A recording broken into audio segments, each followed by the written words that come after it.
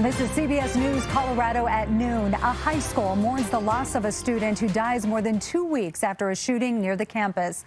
I'm Michelle Griego with CBS News Colorado at noon. The death of 16-year-old Luis Garcia is just the latest in the growing violence involving teens and guns in the metro area, and it's prompting renewed demands for action. Our Justin Adams joins us now from near the East Campus, and lots of grief in that Denver neighborhood. Justin. Calf wanted to go skiing. Well, today pleasant conditions will be in the 40s with plenty of sunshine this afternoon, and then a change comes our way tomorrow. We could see a wintry mix tomorrow afternoon and evening. This weekend, though, mild and sunny. All right, Kelly, thank you, and everyone have a great afternoon.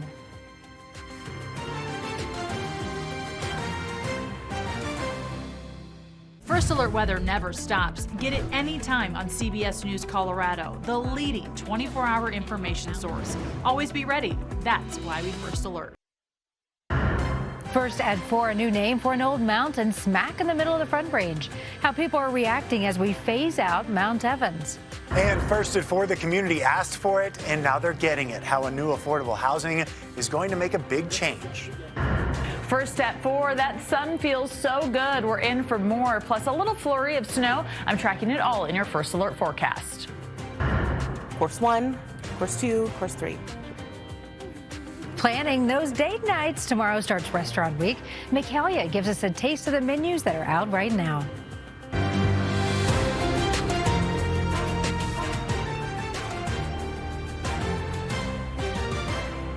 And you are watching First at 4 on CBS News Colorado. Thanks for being with us. Good afternoon. I'm Karen Lee. And I'm Michael Spencer. And our top story, first at 4, it looks like Mount Evans could be getting a new name. The peak, of course, is visible in our Front Range mountains, and there's been talk for several years about giving it a name to reflect the indigenous people who once occupied the land in space. Thanks so much for joining us first at 4. Make sure you stick with us for CBS News Colorado at 5, which starts right now. Now at 5, covering the stories impacting your neighborhood. I'm Rick Salinger at East High School, where students mourn for one of their own who has now passed away due to gun violence. Warming up for the weekend, I'm First Alert meteorologist Lauren Whitney, also tracking our next chance for some snow. I'm Spencer Wilson in Summit County. We count on our backcountry avalanche forecasts to stay safe when we're outside in Colorado. Now they're getting even more specific. I'm Michael Avetha in Denver. A community comes together to give themselves the things that they need. And find out who will take the stage this summer at Cheyenne Frontier Days. The news starts now. Right now at 5, as fellow students in the community mourn the death of a 16-year-old high school student, there are growing calls for change. Luis Garcia died this week after being shot outside East High School last month. The shooting elevated the conversation around schools and safety.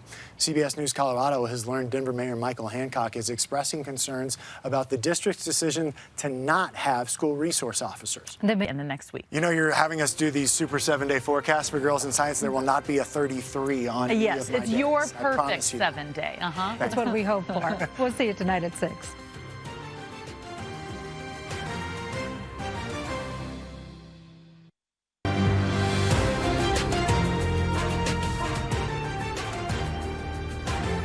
We are covering Colorado first on CBS News Colorado at 6. Denver's homeless population now outpacing the city's overall growth with deadly consequences. Coloradans with chronic pain turning to the black market for drugs.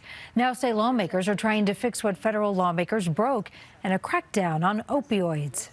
Another shot of snow heading our way before we look at a warm-up for the weekend. Plus, after a tragic loss, the Jeffco Sheriff's Office K-9 unit is letting us inside their training program. Well, this is a staggering statistic. Denver's homeless population is growing faster than the city's overall population. Yeah, much faster. That is at least one of the findings from a new report from the Common Sense Institute. The study found that over the last 5 years, Denver